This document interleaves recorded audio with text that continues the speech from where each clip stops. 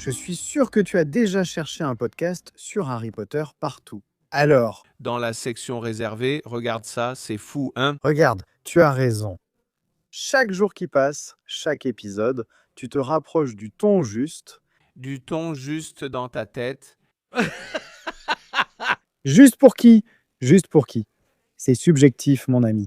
L'art est subjectif. Ce qui est juste pour toi, pour nos chers abonnés de séances réservées, ça ne l'est peut-être pas et ils ressentent le manque de Thiago de séances réservées. Ancienne équipe, aujourd'hui nous avons des nouveautés polémiques. Il y a beaucoup à discuter ici parce qu'apparemment HBO a autorisé les acteurs à commencer à parler un peu de la série. Tu sais de quoi j'ai un peu de peine? Un peu. Ils sont là pour promouvoir leurs travaux actuels.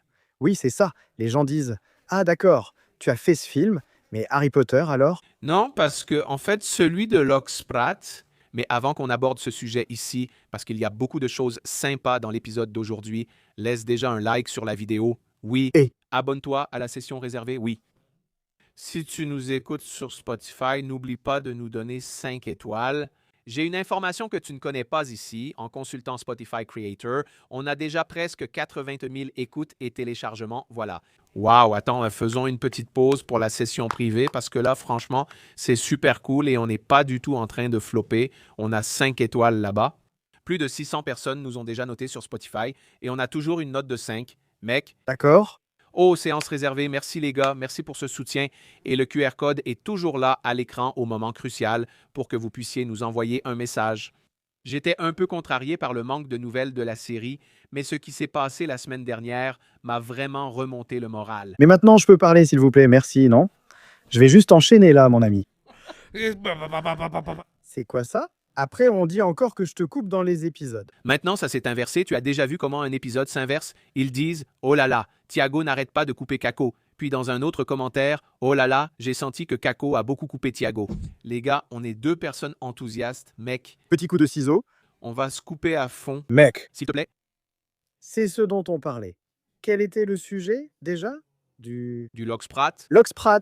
Loxprat, c'est le garçon Malfoy, non? Le garçon Draco Malfoy, Pirulon. Oh là là, Le Piroulant, le gamin de 14 ans déjà Piroula. mec Lox. Il faisait la promo de Lord of, que j'ai tous vu, Lord of the Flies. J'ai vu les 4 épisodes. T'as aimé? Thiago merveilleux, vraiment un gamin phénoménal. Et Netflix a acheté les droits de cette série là-bas aux États-Unis et elle va arriver ici au Brésil via Globoplay.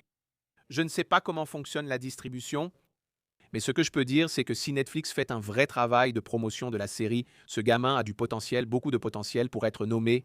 Je pense, tu sais, meilleur acteur aux Emmy parce qu'il est vraiment excellent. Lui et le petit garçon qui joue Pig, qui va jouer. Tu te rappelles du gamin pressenti pour Narnia? Il devait jouer peut-être Neve? Duda, c'est David McKenna, c'est bien lui dans Narnia, non? Il est dans Narnia, hein? Oui, le neveu du magicien, c'est ça. Mec, j'ai trop envie de regarder. Il fait la promo, non? Ce travail, c'est une mini-série, non? 4 épisodes. Et pendant qu'ils font la promo, non? Allez aux avant-premières, aux événements, avec les journalistes. Personne ne rate l'occasion. Moi non plus. Et Potter, hein, c'est... Ouais, c'est ça. Et puis Lux, il a fait quelques déclarations très intéressantes à propos de ce qu'il a déjà fait. Bien sûr, dans une certaine limite, il ne peut pas tout dire non plus. Mais il a dit qu'il avait déjà tourné avec Johnny Flynn, qui est Lucius Malfoy, n'est-ce pas? Parfait. Il a parlé d'avoir des scènes de Drago chez lui, ce qui est quelque chose dans la maison de Drago, mec, des scènes de lui chez lui, n'est-ce pas, sans Van? Avec Lucius, là, on ne sait pas s'il y aura une apparition de Narcissa, parce que l'actrice n'a pas été révélée. Peut-être que oui, Beaucoup d'actrices et d'acteurs restent inconnus, n'est-ce pas? et la question est, vont-ils approfondir les personnages dans la série? Oui, c'est ce dont nous allons discuter, c'est ce dont nous allons parler aujourd'hui. Je pense que bien plus qu'approfondir les personnages, je pense que discuter de cette question de ce que faisaient les autres personnages à un certain moment de l'histoire, Exactement. mais c'est ça, approfondir, c'est développer le personnage, c'est ça. C'est approfondir et élargir. Parce que nous avons là un livre, un premier livre de 17 chapitres. C'est un livre relativement court. Oui, nous avons une série dont la première saison aura 8 heures pour raconter l'histoire. 2 épisodes par chapitre. Si vous y réfléchissez, regardez tout ce qu'on peut développer, les gars, 2 épisodes pour chacun, 2 chapitres pour un épisode exactement. Donc c'est vraiment beaucoup de choses dont on peut parler, beaucoup de choses qu'on peut aborder en abordant tout ce qu'il y a dans le livre, sans rien laisser de côté. Et encore un peu plus, parce que c'est là qu'entre ce petit plus d'explorer les personnages, c'est cette histoire-là. On suit le livre du point de vue de Harry la plupart du temps, mais dans d'autres livres, nous avons des perspectives différentes. Oui, comme le 4e livre qui débute par un rêve de Harry, mais on découvre que c'est son rêve seulement à la fin du chapitre. Le 6e livre commence avec le ministre de la magie, avec le premier ministre qui discute avec lui. Le dernier livre commence avec l'ascension du Seigneur des Ténèbres, qui a aussi la réunion L'ascension des Malfoy. des Mange-Morts avec Voldemort. Donc dans les livres eux-mêmes, on a déjà cette perspective différente de Harry. À certains petits moments de la série, on va en avoir encore plus. On va voir des choses se passer. Pendant que Harry fait une chose, d'autres choses se passent. On va voir ces choses arriver. Et je pense que c'est vraiment super important. Il parle justement de montrer Drago Malfoy chez lui. Alors je m'arrête pour te demander, n'est-ce pas, à quel moment la série montrerait-elle Drago chez lui? On a quelques moments avant qu'il n'entre à l'école parce qu'on a toute cette possibilité-là. Cette rumeur dit qu'on verrait aussi la mère d'Hermione, Hermione Granger, chez elle. La possibilité de voir Hermione recevoir sa lettre de Poudlard, tu penses qu'on verrait aussi Drago recevoir sa lettre de Poudlard? Ou, je ne sais pas, à Noël à l'école, on verrait Hermione chez elle, racontant certaines choses à sa mère sur Poudlard par exemple, et Drago aussi pendant cette période. Je pense que honnêtement, je ne peux pas vraiment affirmer avec certitude et dire ce sera à ce moment-là ou je pense que ce sera à ce moment-là. Ce que je pense, c'est qu'il y a des moments qui doivent être respectés. Dans l'histoire, Drago apparaît pour la première fois chez Madame Guipure. S'il doit apparaître de cette façon, je pense que c'est indispensable. Ce premier contact avec Harry, sans que Harry ait la moindre idée de qui il est important. Agora, Maintenant, après qu'il ait déjà été présenté et qu'il soit déjà apparu plusieurs fois, dans son essence, là oui, montrer quelque chose avant, tu vois, comme le montrer chez lui ou même à Noël. Mais je pense que certains points doivent être respectés. Avec cette déclaration qui est sortie, j'ai déjà vu beaucoup de gens commenter comme ça. Eh bien, est-ce qu'on n'aura même pas un petit bout de Dobby? Ah, C'est ça le point. c'est un problème. Et tu n'as pas peur de tes propres spectacles? Bien sûr, tu as une équipe de scénaristes très concentrés pour éviter que ce genre de choses, ce genre d'erreurs n'arrivent. Comme tu l'as dit, certaines choses doivent être respectées. Dobby ne peut pas apparaître dans la première saison, les gars. C'est tellement mystérieux. Harry qui monte dans sa chambre et tombe sur l'elfe, une créature qu'il n'a jamais vue, sans parler de quelque chose qui naisse pas. Sans compter qu'il ne sait pas que Dobby appartient aux Malfoy. C'est le plot de Dobby, n'est-ce pas? Un des éléments de l'intrigue, c'est que Dobby appartient à la famille Malfoy. D'accord? C'est ça, dit donc, c'est le point. Quand on parle de respecter les limites, on va aussi entrer dans un domaine très dangereux et il faut qu'on en parle, bien sûr.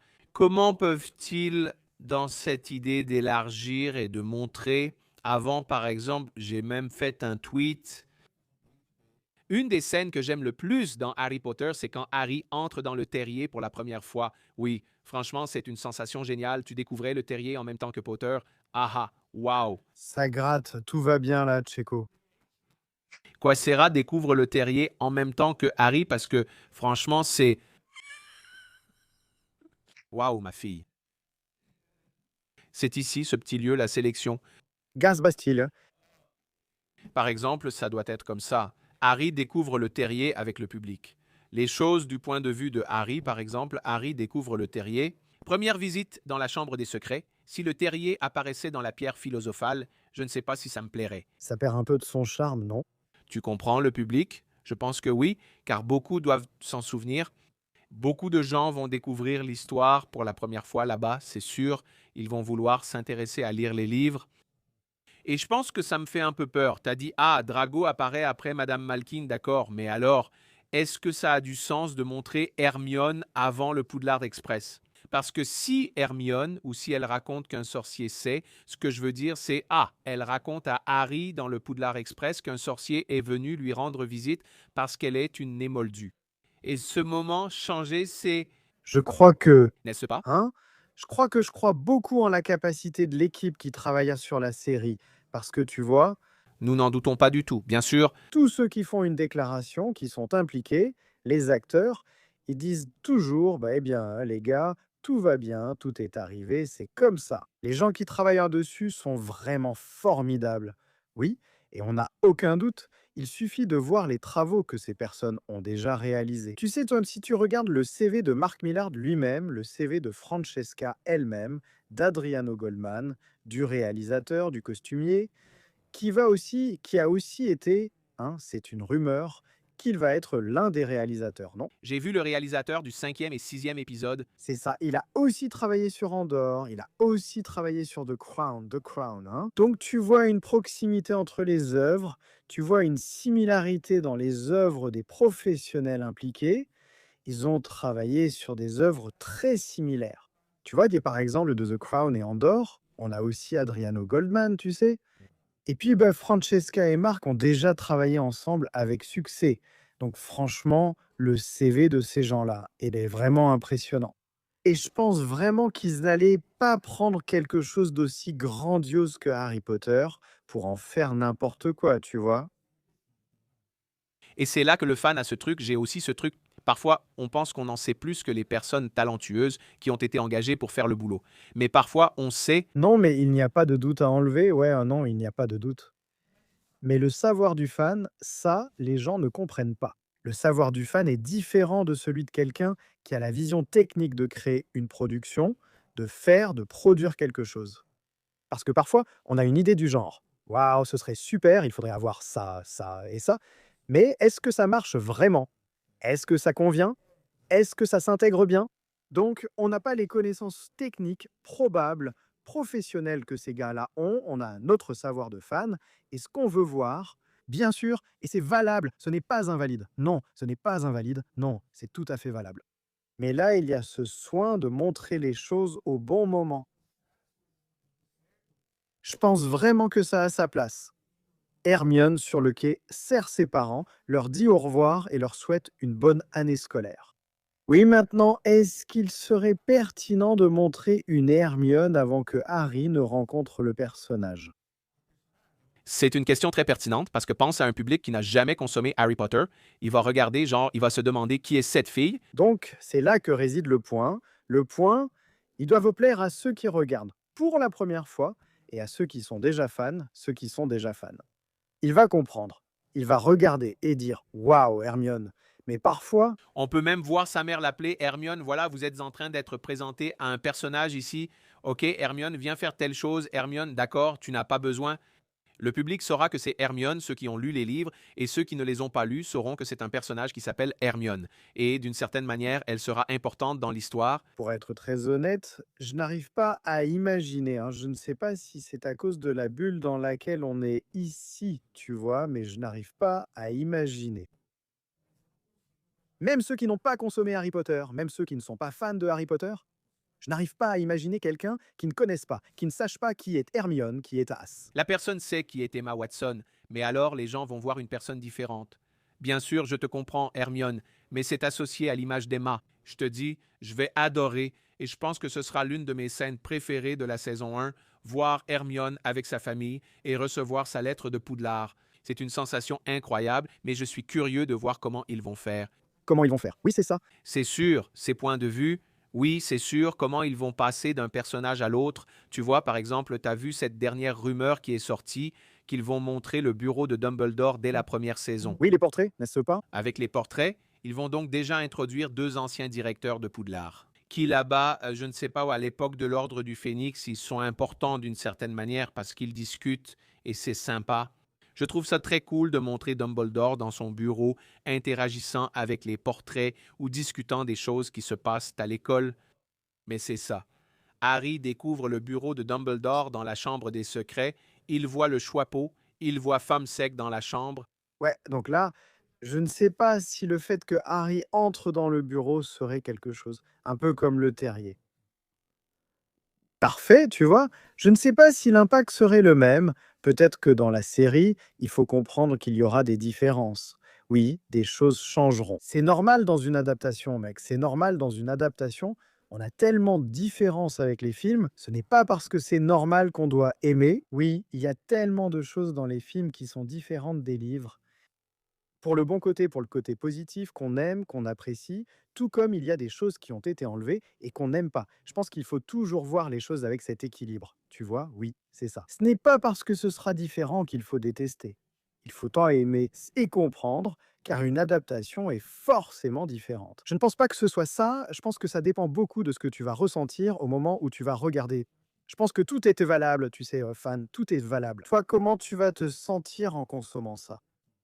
Parce que je ne peux pas dire ce qu'un fan doit ressentir en consommant quelque chose. Oui, parce que chacun a son individualité et son expérience avec l'histoire. Et c'est pour ça qu'il y a quelque chose qui me dérange beaucoup, c'est que les gens mesurent qui est fan et qui ne l'est pas selon les opinions. Oui, j'ai souvent vu ça quand cette histoire avec Draco est sortie, tu vois, du genre Ah, Bon, la série va-t-elle explorer d'autres points de vue? Un gars commentait sans arrêt sur mon Instagram, en insultant les gens du genre Ah, alors tu n'es pas un vrai fan si tu... Le livre donne le point de vue de Harry, je ne sais pas. Mais sérieusement, c'est quoi être un vrai fan, mon pote? Tu vois? C'est tellement puéril, c'est tellement idiot. Genre, ce mec, tu veux mesurer. J'étais super enthousiaste à l'idée d'explorer de nouveaux personnages. Alors, je ne suis pas un vrai fan, genre, il faut que je prouve ma carte de fan, tu vois? Je suis fan depuis que j'ai 8 ans. C'est parce que tu attaques les gens quand tu dis qu'ils ne sont pas de vrais fans. Exactement. Parce que quand la série sortira, on pourra. Par exemple, on va faire un épisode, juste un exemple, où on réagit au premier épisode en direct, puis on en parle après l'épisode. On sera dans cette euphorie, ce sentiment de waouh, on vient de regarder, c'est super, mais il ne faut jamais dire c'est impossible que vous n'ayez pas aimé si vous n'avez pas aimé. C'est que vous n'êtes pas un vrai fan, exactement. Parce que c'est ce que tu as dit, c'est comme ça. Bien sûr qu'il y a le fan pénible, vraiment, il y a ce fan qui ne sera jamais satisfait de rien. La série peut être la plus belle possible.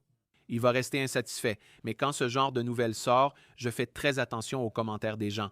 Cette interview de Loxpret, il s'est passé la chose suivante. J'ai vu des gens dire OK, ils vont déjà adapter, ils vont déjà élargir le livre, ils vont déjà ajouter des choses, c'est-à-dire que ce ne sera déjà plus une adaptation fidèle et authentique. J'ai vu beaucoup de gens en parler et je voulais savoir ce que tu en penses. Je voulais t'entendre parce que moi, personnellement, voilà ce que je pense. On a déjà la chance d'avoir une série télé 26 ans après Pierre Philosophale. On a la chance de voir Harry Potter être adapté à nouveau, ce qui pour moi est quelque chose que je n'aurais jamais cru voir de mon vivant. Harry Potter adapté à nouveau en série télé. Et la série va exister pour ça, mec, pour élargir, pour améliorer et surtout pour ne pas oublier le matériel original qui sont les livres. Mon avis sur Tigre est le suivant. Les livres, malgré tous les défauts de n'importe quelle adaptation, existeront toujours et ils ne seront jamais modifiés. Ce qui est dans le livre reste dans le livre et c'est tout. Une série qui adapte le livre, qui aura ses différences, qui va s'étendre, qui va suivre fidèlement l'histoire. Être fidèle à l'histoire ne signifie pas montrer uniquement ce qui figure dans le livre. Point final, oui, il existe des milliers de contenus supplémentaires en dehors des livres. Oui, ils sont invalides. Tu racontes, tu fais des reels, non? J'ai fait un reel, tu as déjà fait tellement de vidéos aussi, mais récemment j'ai fait un reel de celui que j'avais déjà posté, une vidéo sur l'observatoire. De quoi? Pourquoi Harry est-il devenu si riche? Voilà, de la famille, de la potion capillaire et tout ça. Et là, tu te dis, mince, Ce n'est pas valable. il y a beaucoup de fans qui ne le savent pas. Et regarde, ce n'est qu'un des textes, il y en a plus de 50-45 textes, Il y en a 100. Il y a plus de 100 textes? 100 textes originaux que l'auteur a utilisés de la plateforme Pottermore du site pour développer l'histoire. Et à l'époque, tout le monde trouvait ça merveilleux. Exactement. Pourquoi, avec la série, cela arrive-t-il maintenant? Ça fait 5 heures et demie de plus, rien que dans la première saison, justement pour développer, pour montrer, pour élargir que Ronnie est un supporter fanatique. Des Shuddery Canon, on a eu 8 films et on ne sait pas, on n'a pas ça, tu ne me trompes pas. C'est juste le petit drapeau, non? Le mot Shuddery Cannons mentionné dans les 8 films. Et ça fait partie de la personnalité de Ronnie d'aimer autant le sport. Il se dispute même avec Shaw pour cela. La chambre de Ronnie est décorée avec des objets des Shuddery Canon. On n'a que ça comme élément visuel dans le film, n'est-ce pas? Il n'y a rien de dit. Tu vois, alors pourquoi ne pas développer? Ah, mais Ronnie dans les films, il ne fait que des blagues, il ne fait que ça. Donc maintenant, la série va montrer que Ronnie est plus que ça. Ronnie a cette personnalité, Ronnie aime le sport, Ronnie aime ceci, aime cela. C'est du temps pour développer les personnages et en ajouter plus. Pour moi, Oui, le point, c'est, je pense, que ce qui est extrêmement important, c'est que la série ne peut pas laisser de côté des éléments du livre pour inventer des choses. Et ça, pour moi, ce n'est pas possible. nous sommes tous les deux d'accord. Ça ne peut pas arriver comme ça. Il n'y a pas besoin d'inventer des choses, hein, comme le terrier qui prend feu, et laisser des éléments de côté. Tu sais que ça énerve les fans. Pourquoi brûler le terrier et bâcler les funérailles de Dumbledore ou supprimer la mémoire des Gant juste pour mettre le terrier en feu? Je comprends si ce n'est pas inclus, mais certaines scènes ajoutées, comme la danse de Harry et Hermione, sont magnifiques. Exactement, exactement. D'accord? La série aura aussi cette liberté, c'est important que les fans le sachent. Je pense qu'elle ajoutera de nouvelles scènes. Elle va le faire, c'est sûr. Ces scènes seront particulièrement scrutées par les fans qui seront attentifs. Va-t-on encore éviter de montrer Hermione lors de l'épreuve des potions? Ah non, ça, il ne faut surtout pas l'oublier. Ce sont des exemples, d'accord, hein? Il ne va pas non plus montrer le jour de Walter, on sait déjà qu'il va le faire, hein? Il faut faire attention, car ce tir peut parfois se retourner contre nous. Bien sûr, Parce que, vous êtes, putain, c'est super de découvrir l'enfance d'Hermione, sa relation avec ses parents, mais et cette scène-là, et le duel de minuit alors, et le dragon quand ils vont chercher Norbert, hein? je pense sincèrement que la première saison ne posera pas de problème, car il y a assez de temps. Oui, ils réussiront à tout aborder et auront même le temps de traiter d'autres sujets. Je pense que plus tard, ça pourrait commencer à devenir une préoccupation plus importante, parce qu'on a des livres de plus en plus volumineux, oui, avec de plus en plus de détails. Donc voilà, c'est ça. Ils doivent donc faire très attention à ça.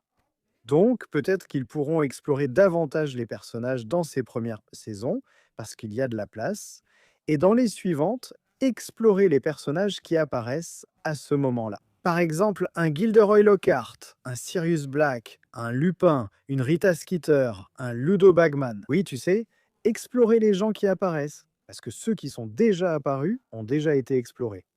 Et ils continuent juste à être développés de plus en plus. Et les événements se déroulent tout au long de l'histoire. Donc voilà. Mais il y a un point auquel beaucoup de gens ne semblent pas prêter attention au moment de faire ces analyses. C'est que nous avons déjà les 8 livres, les 7 livres, n'est-ce pas? Ah, nous avons déjà les 7 livres publiés. Nous savons déjà ce qui se passe dans l'histoire. Alors, si tu vas adapter 100% de ce qui est là, sans rien enlever ni ajouter, Pô, franchement, d'un point de vue créatif, quel est l'intérêt? C'est vraiment intéressant? On veut juste voir la scène qui est là pour le plaisir de la voir. Je vais donner un exemple non abordé en séance. Je voudrais aussi mentionner Nick Frost, qui va jouer Rubio Hagrid.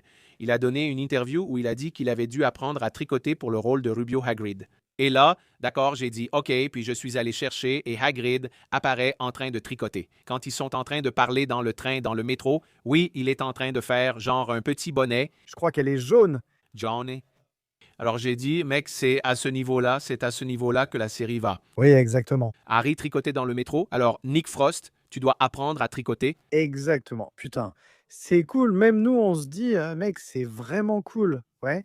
Et si tu regardes bien tous ces détails, en fait, ils sont, ils font la différence, tu vois. Genre, par exemple, au moment où Minerva est là, devant la maison des Dursley et tout ça, il est décrit qu'elle est assise sur un muret, tu vois, et tout ça. Dans le film, elle est simplement avec le chat et se transforme. Et là, Dumbledore le dit même, elle demande: «Comment tu m'as reconnu dans le livre?» Et il dit: «Ah, cher professeur, je n'ai jamais vu un chat s'asseoir aussi raide.» Elle a dit: «Toi aussi, tu serais raide si tu avais passé la journée assise sur ce mur.» Donc c'est quelque chose qu'on peut voir, Minerva assise sur le mur au lieu d'être ailleurs. Tu comprends? Ce sont de petits détails auxquels ils font attention pour que ce soit plus professionnel. Ça, c'est de la fidélité. C'est se rappeler qui tu étais quand tu as lu ces livres pour la première fois. Exactement. Ça, c'est de la fidélité, tu vois. Prendre la fidélité de l'histoire et la remettre en question. Ah, donc ce ne sera pas fidèle ni authentique, car il y aura des scènes développées, tu vois. On sait que Drago a une relation là avec ses parents, qu'il est gâté, traité comme un petit prince, comme un petit roi, et que c'est pour ça qu'il est comme ça. C'est un fait, on ne le voit juste pas se produire. On prend juste Drago déjà comme il est, on reçoit déjà un Drago dans l'histoire, déjà formé. Oui, ce qui lui arrive est un fait. Ça arrive vraiment. Ce n'est pas quelque chose qu'on invente dans l'histoire. Et c'est là que les gens disent: Ah, ils vont romantiser Drago parce qu'il était comme ça, parce qu'il le voulait, mais désolé, un enfant de 11 ans n'est pas comme ça parce qu'il le veut, il est comme ça parce qu'il apprend à être comme ça. Oui, et là, beaucoup de personnes ne...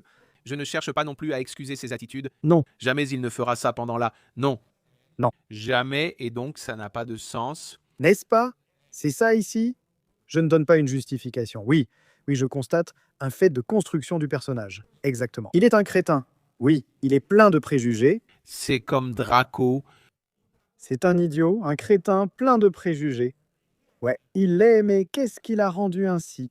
Personne ne naît comme ça. Personne ne naît de cette façon. Oui, le film reste subjectif, non? On connaît son père, on le voit mépriser la profession de Seigneur Weasley, surtout dans le deuxième livre chez Fleury et Bott.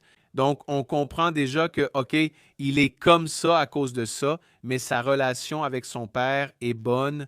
Locke Pratt a dit dans cette interview qu'il a tourné quelques scènes avec Johnny Flynn, qui joue Luthor, et il a dit qu'il a beaucoup d'aura. Oui, alors tu as vu dans l'interview que Johnny Flynn est allé faire des recherches sur ce que c'est. Alors ça, Johnny Flynn a dit que j'avais beaucoup d'aura. J'en ai parlé avec son fils qui a répondu non, papa, c'est une chose. c'est cool, positif. J'ai trouvé ça très cool. Mec, cette différence de génération est super cool. Et Johnny Flynn, il dit à mon personnage, il donne une interview, il dit il apparaît à peine dans le premier livre, en fait, Lucio a Oui, c'est juste mentionné, non? est mentionné, Et ce n'est même pas directement. Drago dit mon père. je suis très curieux de voir comment sera Lucius. Je pense que cette scène chez Madame Guipure sera la première fois qu'on rencontre Drago, et oui, Lucius sera dans cette scène. Oui, d'une certaine manière, quand Drago sort du magasin ou quand ils entrent, je ne sais pas, mais la scène chez Madame Guipure doit y être. Oui, il faut qu'elle y soit. Parce que dans le film, il rencontre Drago là-bas dans les escaliers. D'accord, mais pour moi, c'est vraiment génial. Oui, non, je veux qu'il y ait la scène de Madame Malkin, je veux qu'ils aient leur première dispute, là, dans le Poudlard Express, avec Routard, qui mord le doigt de Goyle. Enfin, voilà. Revenons sur cette question de romantisation. Les films ont déjà idéalisé certains personnages. Severus Rogue, Drago Malfoy lui-même, Severus Rogue a été le plus idéalisé. parmi les plus idéalisés, hein, mais Drago dans le film, ils l'ont un peu idéalisé aussi. Oui, mais pas autant dans Le Prince de Sang-Mêlé, mais sans trop s'éloigner parce que dans le livre, il traverse un tourbillon de choses, d'émotions. Il se rend compte qu'il a fait des bêtises, il le ressent vraiment. Ce que c'est que d'être allié à Voldemort, ce que c'est que le pouvoir de Voldemort à ce moment-là, ce qu'est vraiment Voldemort, n'est-ce pas?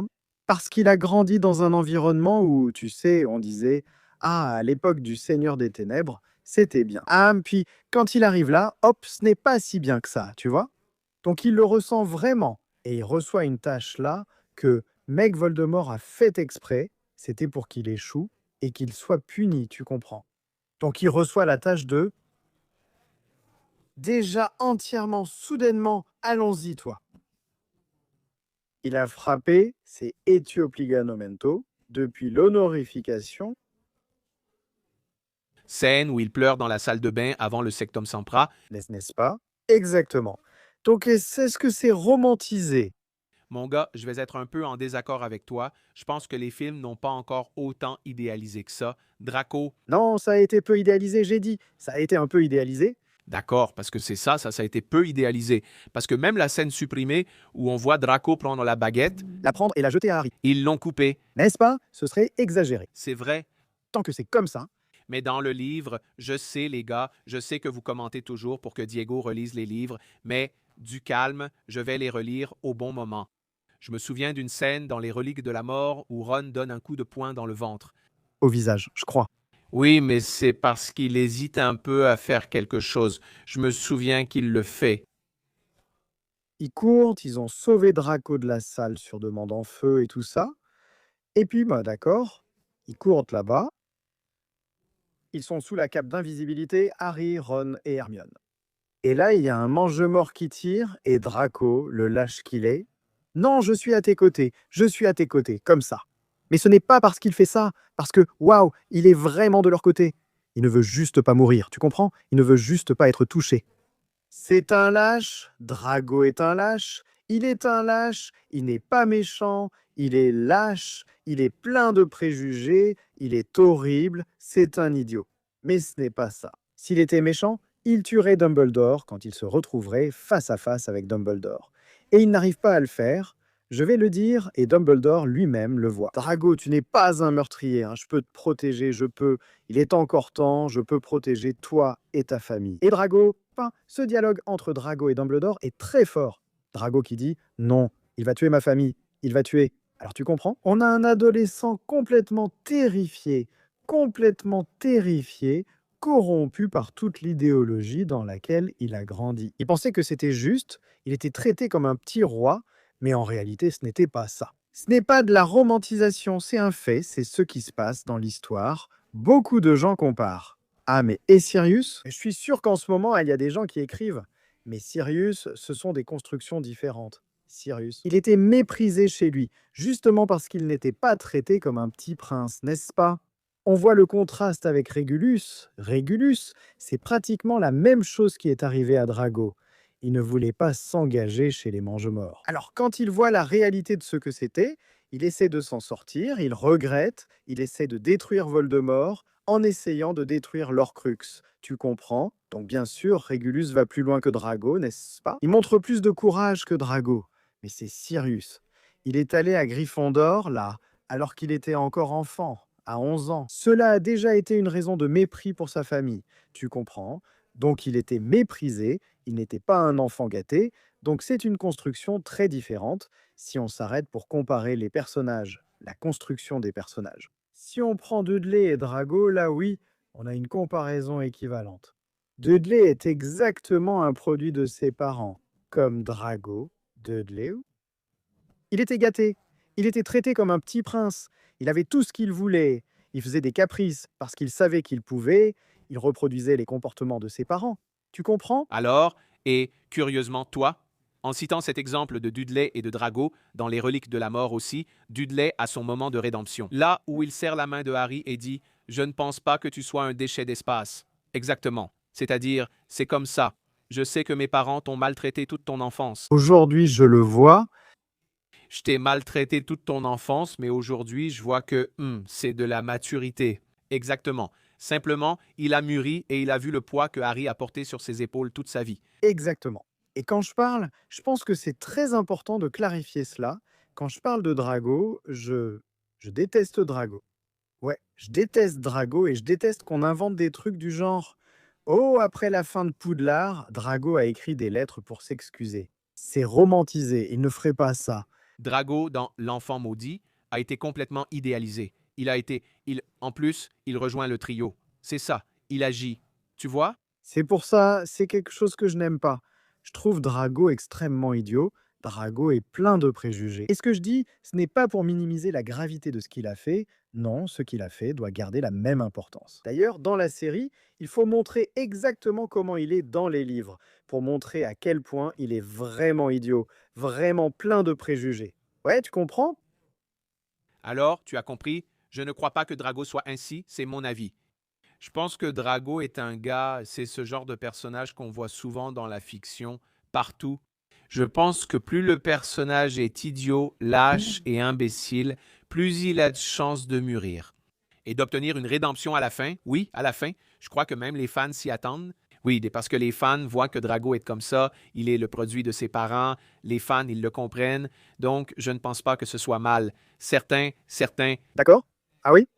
D'autres pensent bon qu'il est comme ça, parce qu'il aime ça, juste parce qu'il le veut. mais moi, en voyant le Drago du futur, même si j'ai beaucoup de critiques envers l'histoire de l'enfant maudit, en voyant le Drago du futur, je vois un Drago qui regrette, un Drago mûri, un Drago qui a maintenant un fils et qui ne veut pas répéter les mêmes erreurs que son père a commises avec lui. Exactement. Je vois ça chez Drago, on ne peut pas le nier. C'est indéniable, surtout avec un texte de Drago, non? Il y a aussi un texte à son sujet. Oui, il y en a un. Oui, écrit par J.K. Rowling, où elle dit que oui, Drago était une reproduction de ses parents. Oui, que lui, avec toutes les horreurs qu'il a vécues là, n'est-ce pas, pendant la Seconde Guerre, euh, il a méprisé l'idéologie du sang pur. Après cela, tu vois, et il a voulu élever son fils loin de tout ça, sans lui enseigner ses valeurs. Et tu vois, il y avait encore le grand-père là. Tu vois, Lucius exactement. Exactement.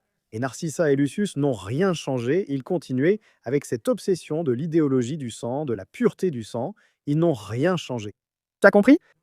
Mais Drago, lui, avec tout ce qu'il a vécu là-bas, ce qu'il a ressenti dans sa chair, il a vraiment vu que ce n'était pas cool. Alors c'est ça, enfant, tant qu'il était le petit roi, traité comme un prince, il agissait de cette façon et il trouvait ça super cool d'être le crétin qu'il était. Quand il a ressenti cela physiquement, il s'est dit: Opa, attends une minute. Je pense que la série, en creusant ce point, ne romantise pas. C'est juste un fait. Ce que je trouverais vraiment cool, c'est que Drago reste toujours avec Krabi et Goyle. Encore une preuve qu'il est lâche, non? Il n'est jamais celui qui attaque, il laisse les costauds exactement faire le boulot à sa place. Et je pense que la série pourrait même d'ailleurs explorer un peu plus Krabi et Goyle. Oui, parce qu'on voit dans la scène du cimetière, quand Voldemort revient, qu'il y a Leurs parents, leurs parents, n'est-ce pas? Il dit Goyle, n'est-ce pas? McNair, n'est-ce pas? Et c'est bien de montrer aussi ce côté-là de, tu sais, Serpentard. Malheureusement, on dit que les films diabolisent un Serpentard. mais Serpentard, pourquoi? Aussi n'est-ce pas? Mais les livres aussi, mec, les livres aussi. Tous les parents là-bas sont des mange-morts. C'est juste que, tout simplement, ce qui s'est passé avec les maisons de Poudlard, c'est que les gens, les fans, ont commencé à s'identifier. Alors, ils ont commencé à se dire, genre, non, d'accord, chaque maison a ses points positifs et tout ça. Mais aussi comme l'histoire du livre, comme le livre est du point de vue de Harry. Et il a une aversion énorme. Pour Serpentard, c'est vrai parce que Voldemort était à Serpentard. Donc c'est justifiable que le livre ait... Le gars qui a tué ses parents vient de cette maison. Et en fait, tous ceux qu'il voit là-bas, qui sont des lâches, sont de Serpentard. À part que de verre, Le professeur qui est littéralement en train de me maltraiter et le directeur, c'est le directeur de cette maison, mec. Donc il n'y a pas vraiment où fuir. puis il rencontre Slughorn, qui est sympa, enfin, sympa dans son genre, hein, mais il est pénible avec son truc de ne fréquenter que les élèves importants, tu vois. Il méprise les autres, mais c'est un bon gars, pas une mauvaise personne. Slughorn me donne cette impression d'une personne accro au réseautage, tu vois? Qui aime ça, c'est ce gars riche qui aime être entouré d'autres riches. Oui, exactement. Il va inviter, il va dîner, il va inviter juste la famille. C'est comme si Faustin invitait la famille de Luciano Hook, de machin, de machin. Aujourd'hui, la pizza chez Faustin, là. Mec, Tu penses que toucher le feu?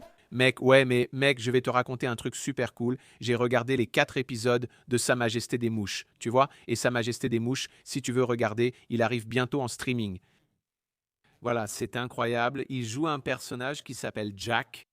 Cette adaptation, elle avait déjà eu lieu là-bas en 1963 de Sa Majesté des Mouches. Et puis après, si je ne me trompe pas, il y a eu un film ou une autre série en 1990 et maintenant, c'est la 3e adaptation. Cette série, elle a été écrite par Jack Thorne qui a écrit L'enfant maudit et maintenant Adolescence sur Netflix, n'est-ce pas?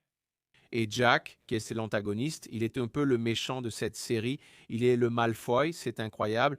Quand tu regardes Sa Majesté des Mouches, Jack, c'est Malfoy. Celui qui fait la bande-son de cette série va aussi faire celle de Harry Potter, Hans Zimmer. Non, c'est Bleeding Fingers. Ah, le studio? Oui, c'est bien ce studio là-bas, non? Bleeding Fingers a fait la bande-son de cette série et il y a une scène dans l'épisode 1 sans trop spoiler. Mais bon, le personnage de Jack, c'est un chasseur, non? Les enfants se divisent en groupes. Il y a les chasseurs. C'est un livre vraiment, c'est une série vraiment sympa. Et donc, il est responsable de devoir tuer un cochon parce qu'ils sont tous sur une île. Là, ils échouent sur une île, non? Et le personnage de Jack est celui qui est responsable de la chasse. Et donc, il va chasser le cochon. Et au moment de tuer le cochon, il n'a pas le courage. Et là, le personnage qui est Pig, un petit gros avec des lunettes, que David McKenna, il le voit hésiter à tuer le cochon. Alors il arrive et dit, bah, tu sais, ne raconte ça à personne, d'accord? Tu ne m'as pas vu faire ça. Et il fait croire à Pig que, en fait, c'est lui le coupable, qu'il n'a juste pas tué. Mais j'ai dit, ça, c'est totalement Malfoy. Dans une scène, il évoque son père. Mon père était ceci, cela, comme si une cigarette enregistrait le harcèlement qu'il inflige aux autres. Donc, si tu regardes Le Seigneur des Musiques, tu vas voir Drago là-bas. J'ai envie de regarder cette série. Regarde-la, j'ai envie de regarder. C'est le truc de. Et en revenant un peu à la romanisation, ne ça faisait pas. Qu'est-ce que je ne veux pas? Je ne veux pas non plus qu'on excuse Drago, tu vois, pour ses attitudes. Je veux, oui, qu'on explore, qu'on montre pourquoi.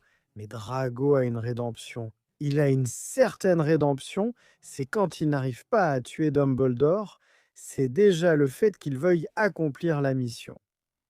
Tu vois, c'est son père, même s'il est un salaud. Son père est en prison, il veut le venger, car il ressent ça. Ce sont des sentiments contradictoires, tu vois, genre, mon père, ok, il a tort, c'est un criminel, mais bon, il a été élevé toute sa vie, il a été gâté, il a reçu de l'affection, il a reçu de l'amour. C'est autre chose si son père l'avait maltraité, tu comprends? Oui, observe comment tout ça s'est construit. Non. Ce sont des choses contradictoires. C'est pareil. Duda, qui met une tasse de thé pour Arin dans le dernier livre, au point que Harry trébuche même dessus, il croyait que Duda se moquait de lui, mais non, il servait une tasse de thé sans savoir comment l'exprimer ou le faire. Mais il le faisait. C'est vraiment sympa, tu sais. Ce sont des constructions de personnages différentes, et j'ai envie de voir ça, tout en souhaitant que Duda soit plus développé, car dans les films, il n'est rien. L'acteur qui joue Duda est vraiment sympa, non? Vraiment, vraiment, mec. C'est Amos Kitson. Il est l'enfant le plus heureux du monde sur Instagram et tu sais à quoi je pensais. Tu ne trouves pas que, pour lui, il est en train de vivre un moment à la Pétunia? Parce que tous les enfants vont à Poudlard et lui, il n'y va qu'une fois par an pour tourner ses scènes. Mec, c'est vraiment triste. Il doit se dire, tous les gamins sont à l'école parce que, et si tu réfléchis, ils interagissent entre eux sur Instagram. Mais l'acteur qui joue Dudley, en théorie, n'a rencontré aucun des enfants. Ouais, il tourne peu, hein. C'est Harry, hein. Ouais, que mec, si tu réfléchis, Dudley, lui, les Dursley en général, ils vont apparaître moins dans la série, non? Mais je suis sûr qu'ils seront plus développés que dans les films, tu vois. On va avoir plus de moments avec eux et je suis vraiment impatient de voir ces moments-là, tu sais. Je veux voir les Dursley être vraiment cruels. Je veux voir Dudley être cruel, reproduire tout ça. Tu vois, oui, je veux voir Dudley. Puis en mûrissant, il se rend compte que, eh bien, après qu'il a été attaqué par les détraqueurs, il y a un déclic en lui, tu vois. C'est comme ça, il y a même une théorie, non? Non, ce n'est pas une théorie, c'est officiel en fait. J.K. Rowling dit qu'après avoir été attaqué par les détraqueurs, il a vu qui il était vraiment. Genre, comme il était moqué, il s'est vu, ouais, pour la première fois, sans masque, il s'est vu, oui, donc c'est vraiment cool, et c'est à partir de là que commence son changement. Tu vois, là, j'ai envie de voir ça, et surtout plus de Neville, mec. Franchement, je veux vraiment voir plus de Neville. Honnêtement, tous les personnages de cette première saison ont un potentiel incroyable. Bien sûr, ils en ont. L'expansion, tu vois, c'est plus de livres. Tu vois, c'est le livre le plus l'expansion de l'histoire des personnages. Locke Spratt dit dans cette même interview que chaque professeur aura sa propre petite salle. Sa propre petite salle. Ouais, et là, je ne sais pas s'il voulait dire la salle des professeurs qui a déjà été confirmée, qu'on va avoir une salle des professeurs, ou si, en fait, chaque professeur aura vraiment sa propre pièce à lui. Par exemple, Lupin pour quand il sera à Azkaban, afin que Harry puisse aller où il se trouve. Il serait utile que chaque professeur ait un espace au cas où un élève souhaite lui parler. Bien sûr, d'autant plus que c'est un internat, n'est-ce pas? Les professeurs y vivent pendant l'année, donc ce serait sympa de voir ça. Et, en plus de ça, aussi les professeurs peuvent être davantage exploités, parce qu'il y a des professeurs qui, franchement, n'apparaissent que comme figurants dans les films Septima, Vector, Aurora Sinistra. Oui, tu sais, le professeur Cattleburn lui-même n'apparaît même pas, tu vois? Celui qui n'a pas de main, celui qui soigne les créatures magiques n'a ni jambes ni mains. Une jambe. J'ai oublié le nom de cette professeure qui, comment déjà, Gribblepen Gribble, c'est ça? Que quand Hagrid, A remplacé Hagrid en 5e année. en cinquième, putain, je me souviens de ce nom. Mec Gribble, mec. Donc, voilà. Ça marque grave, non? Hein? Oui, ça marque. On rigole avec ça. Franchement, ça fait très longtemps que je n'ai pas relu les livres. Tu vois, j'ai lu L'Ordre du Phénix et regarde comme ça m'a marqué, mec. Tu vois, regarde à quel point Harry Potter a cette capacité de marquer. Ça fait environ 10 ans que je n'ai pas lu L'Ordre du Phénix. Je ne sais pas, peut-être même plus. Et tu vois, c'est incroyable ces choses. Je ne sais pas, moi. Pour un gamin de 15 ans qui lisait un livre de 703 pages, je trouve ça vraiment génial. Oui, c'est vrai, ça marque. Et ce sont des noms vraiment particuliers, non? des noms vraiment particuliers. Donc l'exploration de la série, pour moi, c'est l'une des choses qu'Élise qui m'enthousiasme le plus. Pour être honnête, c'est l'une des choses qui m'enthousiasme le plus. Je suis impatient de découvrir tout ce que les films n'ont pas montré. Mais l'expansion, je l'ai déjà dit 1 million de fois ici, l'expansion de l'univers, c'est ce qui me captive le plus.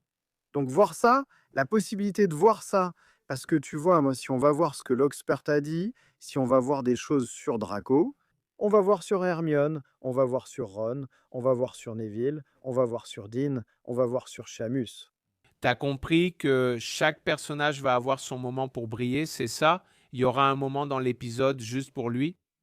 J'ai fait un tweet et maintenant je vais te poser une question qui, je pense, va développer notre sujet. J'ai tweeté que la série allait durer 8 heures, 8 épisodes d'environ 1 heure chacun, tout ça, et puis un tweet à viralité sur le mien, comme d'habitude, hein? Où le gars dit exactement ceci. Waouh! Je pense que les gens ne sont pas prêts à passer 1 heure sur un épisode, juste l'épisode pilote, uniquement avec des scènes ennuyeuses des Dursley. Et comme ça, il a eu 8 ou 9 000 likes. Les gens disent, ils vont tellement tirer en longueur que ça va être 1 heure juste de ce genre de choses. Mais mec, voilà ce que je pense, d'accord? Le fait que Harry ait eu cette enfance traumatisante, c'est ça qui va faire la différence. C'est ça qui va être tellement génial quand il arrivera à Poudlard et verra qu'il y est accueilli. Et donc la différence entre un monde où il n'est rien et un monde où il est tout simplement le sorcier, l'un des sorciers les plus célèbres du monde des sorciers, le seul qui ait survécu. Il faut vraiment montrer cette différence. Et oui, donc, si on passe tout un épisode uniquement avec les Dursley, et on avait déjà supposé que le premier épisode se terminerait là. Tu es un sorcier, Harry, et tu es tout. Pour moi, c'est parfait. Mais la question est-ce que cette personne qui a fait ce tweet a lu Harry Potter? Peut-être qu'il a seulement vu les films. Parce que dans le livre, il y a une partie. Tout ce début est vraiment génial.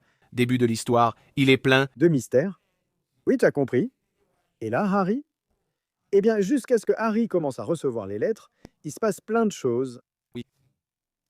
On voit Walter partir travailler quand Harry, avant que Harry ne soit attaqué, n'est-ce pas, le jour où les Potter sont attaqués. Eh bien, ensuite, on a le saut de 10 ans quand Dumbledore le laisse devant la porte. Il y a ce saut de 10 ans. L'enfance de Harry, c'est Harry à l'école primaire. Oui, parce que mec, je te jure, hein, je donne ma main, je donne ma main. Qu'il y aura une scène de Harry à l'école primaire, il y aura une scène de Harry fuyant Dudley à l'école, il y aura une scène de Harry. Peut-être en rendant la perruque du professeur bleu, ce qu'il fait sans savoir pourquoi. Scène où Harry rétrécit la salopette, où ses cheveux repoussent après avoir été coupés. Il ignore comment cela arrive. Ça va arriver, c'est ça. Ça va se passer, tu vois. Donc, ennuyeux, 1 heure d'ennui avec les Dursley, mon ami, désolé. Celui qui a dit ça ne connaît pas l'histoire, ou alors il l'a lu sans comprendre. Il n'a pas fait attention aux détails. Et il ne comprend pas l'importance de présenter et de développer l'histoire chez les Dursley. Au moins dans cette première saison, les gars, c'est la première fois que chacun des personnages va apparaître. Il faut montrer qui est Walter, il faut montrer qui est Pétunia, il faut montrer qu'ils ont un fils très agaçant, Duda, car ils seront importants. Et puis, Pétunia, c'est la sœur de la mère de Harry. Exactement. Ce n'est pas comme si elle était juste une voisine là. Harry est protégé dans cette maison jusqu'à ce qu'il atteigne la majorité. Ce n'est pas comme si la maison et tous les moments que Harry passe avec les Dursley n'étaient à pas importants parce qu'il vit là pour une raison. Mais tu sais, honnêtement, je ne me base pas trop sur les likes de tweets, parce que n'importe quel tweet qui critique Harry Potter fait un carton.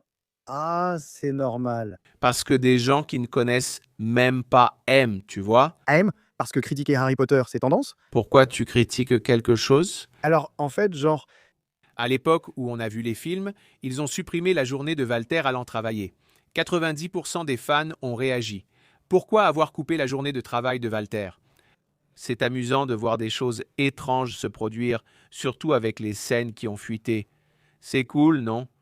Bien sûr, c'est génial d'avoir la journée, parce que le premier paragraphe, la première phrase du livre, c'est Monsieur et Madame Dursley, du 4. Privé Drive était fier de dire qu'ils étaient parfaitement normaux. Ah ah, très bien, merci. C'est un nouveau chapitre pour nous deux. oui, bien sûr, c'est l'introduction de l'histoire, il n'y a aucune raison de ne pas l'explorer. Et puis, ce ne sera pas une heure avec les Dursley ennuyeux. Non, ce sera une heure d'épisode où tout se passe. Il y a le zoo, il y a Walter au travail qui laisse le bébé Harry, le zoo, on a tout ça. Ah, le moment des lettres est bien plus tendu dans les livres, non? Ce sera aussi le cas dans la série. Maintenant, on a déjà vu qu'ils sont allés sur une île en fuyant, en se cachant. Ouais, c'est ça. Ils étaient dans un hôtel. C'est sympa de voir ça arriver. Cela fait partie de la magie de Harry Potter. Oui, c'est le premier contact de Harry avec Poudlard. Ses oncles l'empêchent de recevoir la lettre de l'école. D'être qui il est, n'est-ce pas? C'est pour cela que c'est logique que le premier épisode se termine, non pas sur Tu es un sorcier, mais avec Harry qui sait déjà qu'il l'est. Oui. D'accord, je pense que le premier épisode finira avant le départ du chemin de traverse. Oui, et beaucoup de choses se passeront pendant ce temps. Tu as dit que tu vas montrer l'école de Harry, lui à l'école. Et puis, le deuxième épisode, là, on entre dans d'autres questions. Mais oui, ce sera le premier épisode. Oui, ce sera un épisode. Ils ont également tourné à Gothics Hollow la scène d'Halloween qui pourrait être l'ouverture de la série. Il reste encore beaucoup à discuter. Exactement. Voldemort attaque encore les Potter. Thiago, c'est intéressant, non? Comme il est important de faire attention à la façon dont la série traite les éléments du livre. Le moment où il est dit que Harry fuyait Dudley, qu'il s'est retrouvé dans la cheminée, je ne sais quoi, ce sont 2 lignes du livre, et dans la série, ils explorent en cela d'une certaine manière. Un exemple, je pense, plus concret pour que les gens qui n'ont pas encore compris puissent saisir cela. C'est pour ceux qui regardent Le Chevalier des 7 Royaumes, tu as vu seulement le premier? Oui? Attention aux spoilers. Non, ce n'est pas un problème. Et ne donne pas non plus de spoilers à ceux qui regardent Le Chevalier des 7 Royaumes Duncan. Il vient du fossé Opus, n'est-ce pas? C'est bien ça? Oui, c'est une maison, c'est ça. Le fossé, non, c'est là-bas, pour les pauvres, les misérables. Ah d'accord, comment ça s'appelle? Fossé des puces, d'accord. Et puis dans le livre, il dit juste « Ah, il vient du fossé des puces ». D'accord, et là il y avait son ami et tout ça. Dans la série, il développe ça. Dans la série, il le montre de au fossé des puces, il le montre. C'est-à-dire en train de prendre des choses sur un cadavre, ça, dans le flashback. Genre, Lui enfant, c'est un flashback, ça montre ça. Alors, tu vois, moi, ils ont construit à partir d'un petit détail qui est dans le livre, dans Harry Potter, ça va être pareil, tu vois. Bon, à ce moment-là, on a Harry qui parle. Ah, il ne savait pas expliquer comment il avait rendu la perruque du professeur bleu. C'est une phrase, mais ça va être montré. Imagine une scène, Harry est là dans la salle de classe, il se passe quelque chose, le professeur l'embarrasse, et lui, genre, il fait devenir la perruque du gars bleu. Même lui ne sait pas comment c'est arrivé, tu comprends? Une scène un peu comique, enfin tout le monde se moque du professeur et tout, et lui, genre, le professeur le regarde en colère. ce serait super s'ils étaient dans la série. Alors, tu vois, genre Harry qui court devant Dudley et les amis de Dudley. Harry qui dit qu'il n'est jamais choisi, pas parce qu'il n'est pas bon, mais parce que les gens ne pouvaient pas. Le groupe de Dudley n'imaginait pas qu'il l'appréciait. Donc tu vois, montrer qu'il n'est pas choisi dans les jeux, là, tout ça, c'est une grande opportunité d'explorer tout ça dans la série. Harry commence déjà à prendre du temps. Ce n'est pas comme si genre, waouh, ça va être juste une heure avec les Dursley, tu vois. Ce n'est pas ça. Il y a beaucoup de choses à voir, beaucoup de choses à explorer. Les gens qui ont dit ça n'ont pas la dimension de ça, ils n'ont pas conscience de ça. Peut-être, tu sais, ce que je peux voir, c'est peut-être l'expansion de l'histoire et toutes ces scènes supplémentaires qu'ils ajoutent. Ça rend les gens encore plus impatients de voir ce qu'ils veulent voir, ce qu'ils veulent vraiment voir. Je sais pas, tu vois, les choses qui se passent dans les livres, dans les chapitres même, et qu'elles puissent les voir. Ma peur, c'est que les gens voient ces ajouts comme du remplissage inutile. J'ai même utilisé ce terme parce que ça crée vraiment cette crainte de savoir ce qu'ils vont ajouter, ce qui sera important et ce qui ne le sera pas, tu vois? Et c'est une erreur, c'est un doute très discutable, c'est intéressant de se poser la question. C'est un doute valable. Valable parce que parfois cette scène ne vous mène nulle part précisément. Tu l'as dit, il y a des personnes talentueuses, il y a des personnes qui se concentrent uniquement sur le développement de ce scénario et Francesca Gardner est l'une des personnes les plus talentueuses pour cela. Franchement, elle est incroyable, elle est incroyable. Lauréate d'un Emmy, scénariste et showrunneuse de la série. J'ai vraiment confiance que chaque scène qu'ils ajoutent a une raison d'être, ils n'ajouteront rien pour rien. Et je peux aussi me tromper. Et peut-être même, Diego, je pense qu'on reste beaucoup dans cette idée que chaque scène ajoutée doit être d'une importance extrême. Parfois, c'est une scène pour détendre l'atmosphère, parfois c'est une scène pour alléger, un peu, tu comprends? Toutes les scènes ajoutées ne vont pas forcément être incroyables. Mon Dieu, parfois ce sera une scène un peu bête, parfois ce sera une scène qui ne mène nulle part. Mais elle sera là dans la série et elle va fonctionner, tu vois? Je vais te donner 2 exemples concrets. Montrer Drago recevant la lettre de Poudlard n'est pas important. Non, d'accord, ce serait du fanservice. Montrer Hermione recevant la lettre de Poudlard, c'est important. Pourquoi? Parce que là, les gens vont découvrir comment une personne née moldue reçoit la lettre, un professeur va lui rendre visite, explique toute la situation aux parents. Je trouve ça incroyable. Tu comprends? J'aimerais beaucoup et je pense qu'on aura plus de choses sur Hermione, sa vie avant Poudlard, mais pas forcément avant que Harry ne la rencontre. Peut-être en flashback, et je ne sais pas si le recours au flashback sera beaucoup utilisé. Et le flashback, selon la façon dont il est utilisé, ça peut devenir lassant. Le flashback te donne déjà cette sensation de «Ah, maintenant ça casse le rythme», non? Tu es un peu frustré. Parce que tu es en train de regarder ce moment-là? Le showrunner. Je sais qu'il y a un flashback dans l'avant-dernier épisode des Chevaliers de Sept-Rivières, non? Même le showrunner doit se justifier. Il a dit comme ça, je n'aime pas trop utiliser le flashback, mais parfois c'est nécessaire. C'est nécessaire, exactement. Je ne voulais pas que la série Harry Potter en utilise trop. D'accord, moi non plus, je ne voulais pas. Je voulais que les scènes se déroulent de façon chronologique, tu vois.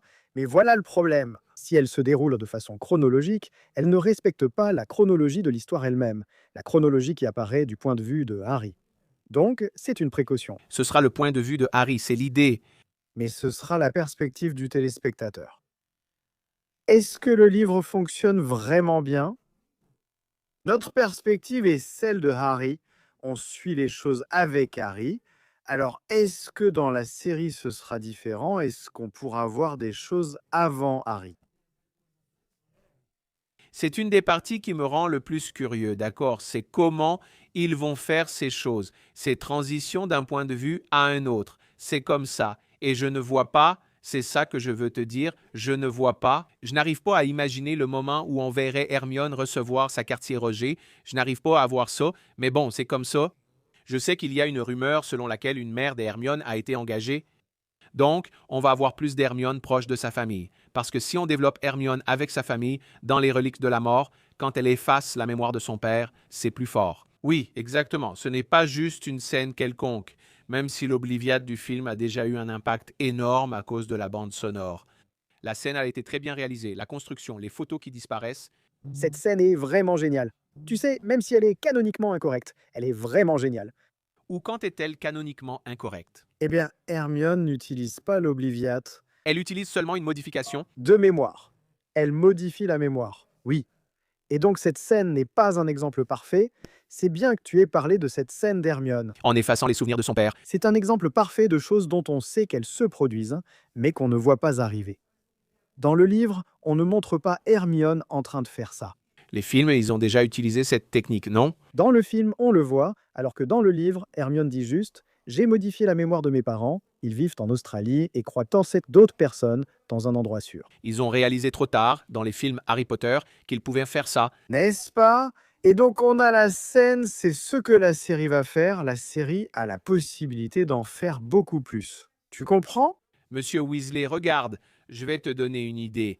Dans la chambre des secrets, on sait ce qu'il fait, il le raconte à Harry au petit déjeuner. Nuit, 9 coups, d'accord. Parce que dans la série, on ne voit pas Monsieur Weasley travailler, fermer le bureau, faire les rondes, arriver au terrier, non, et arriver au terrier, tu vois, avec Harry déjà là, exactement, on ne fait pas la transition. Le point de vue vers Monsieur Weasley, exactement, tu comprends, lui arrivant là pareil, lui, franchement, je trouve ça super parce que tu développes ce qu'il fait dans son travail. Et je pense que c'est même une possibilité de relier les points. Parce que ces coups, tu vois, dont parle Monsieur Weasley, cette nuit, 9 coups, ça vient du fait que l'année précédente, tu vois, on a cette impression que waouh, d'un film à l'autre, il s'est passé un an, alors qu'en fait, ce ne sont que quelques semaines. En réalité, il s'écoule 3 mois entre un film et l'autre, parce que Poudlard se termine en juin, les cours, et en septembre, ils sont déjà de retour exactement. Donc ce ne sont que 3 mois. Et regarde, Harry va au terrier pour son anniversaire, non? Oui, ils disent joyeux anniversaire, Harry. C'est dans le film, mais dans le livre, il y va 3 jours après son anniversaire, non? Mais par exemple, Harry va au terrier, et là on a les Weasley. Arthur arrive et dit non, quelle nuit, 9 coups. C'est-à-dire, les cours se sont terminées en juin, Harry va au terrier 1 mois plus tard, Dobby apparaît là 1 mois plus tard. Ah oui, c'est vrai, juillet début août, c'est 1 mois après. Mince alors, qu'est-ce qui s'est passé à la fin de l'année précédente? Voldemort a envahi Poudlard. D'accord. Le ministère enquête sur les personnes qui avaient un passé lié à Voldemort. Donc, les Mange-Morts sont, tu vois, avant, ils ont été interrogés pendant la première guerre des sorciers. Ils sont de nouveau sous enquête. C'est pour ça qu'il y a ces descentes. C'est pourquoi Lucius veut se débarrasser du journal pour éviter des ennuis. Une chose en entraîne une autre, mais le film ne le montre pas. Ce serait super de voir dans la série ce passage du point de vue d'Arthur faisant ses descentes. Tu comprends? Parce que c'est justement à cause de Quirrell et Voldemort, là à Poudlard, à la fin de l'année scolaire du premier livre, que dans le deuxième livre, il fait ses descentes. Lucius se débarrasse des objets et essaie d'incriminer Arthur, en mettant le journal intime dans les affaires de Ginny pour, tu vois, il essaie de faire d'une pierre 3 coups, non? C'est-à-dire ouvrir la chambre des secrets, incriminer Arthur, qui a créé la loi anti-Moldu, qui a créé la loi de protection des Moldus. Et puis sa fille en serait prise avec un objet pour tuer des Moldus, et il se débarrasserait, tu vois, du journal, il sauverait sa propre peau. Donc c'est se débarrasser, incriminer Arthur, et se débarrasser, incriminer Arthur, et ouvrir la chambre des secrets, d'accord? 3 choses en une seule fois, tu comprends? Alors, tu vois, tout est lié, une chose en entraîne une autre.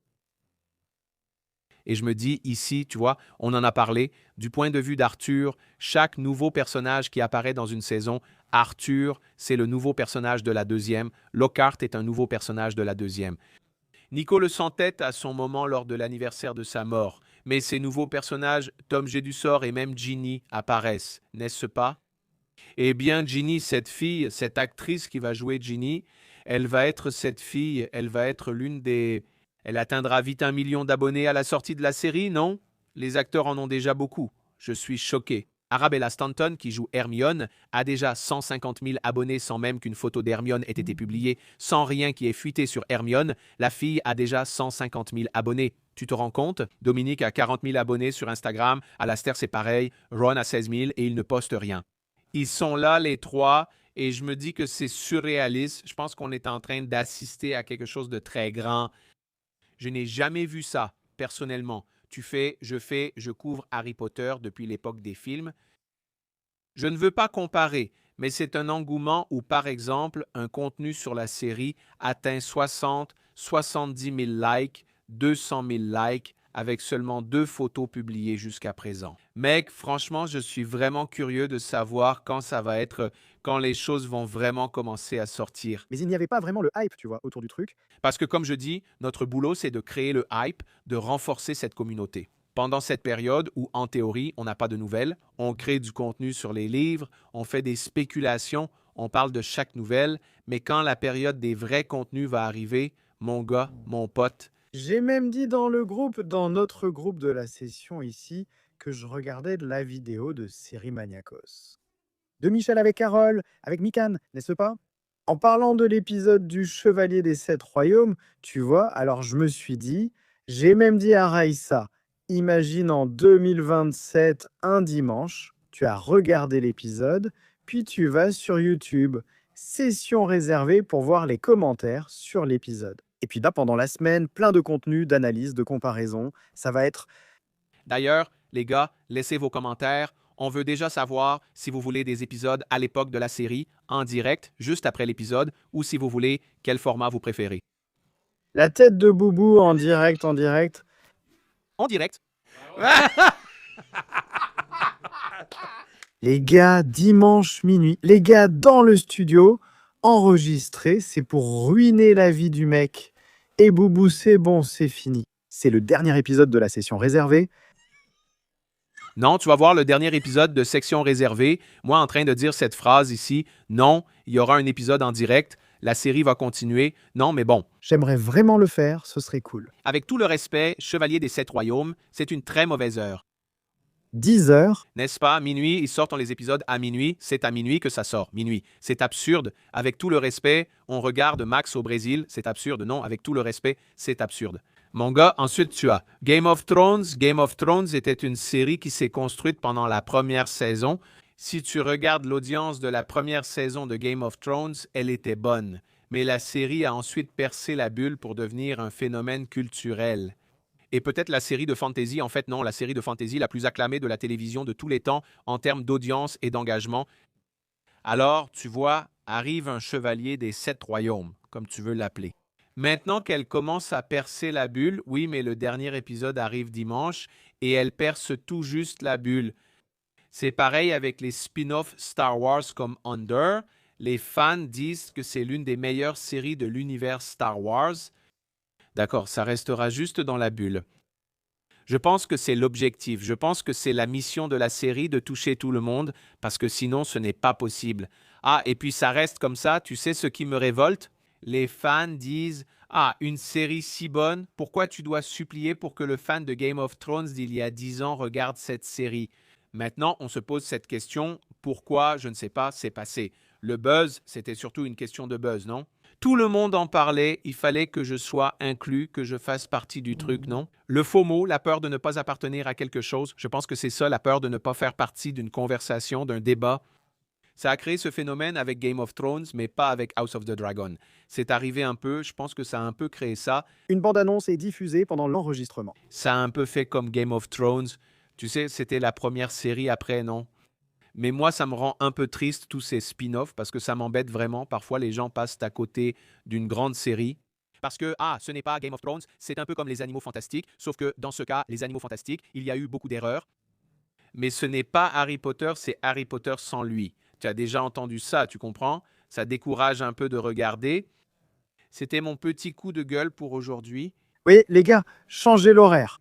Je trouve ça peu plausible, même en tenant compte de l'horaire. Franchement, les gars, on vient d'Amérique latine. Minuit, c'est trop tard pour nous. Les gars, ah d'accord, alors que vous regardiez l'épisode le lundi matin en allant au travail, parce que tout le monde travaille, tout le monde... Pour moi, la série Harry Potter, elle ne peut pas sortir aussi tard. Je pense qu'elle devrait sortir.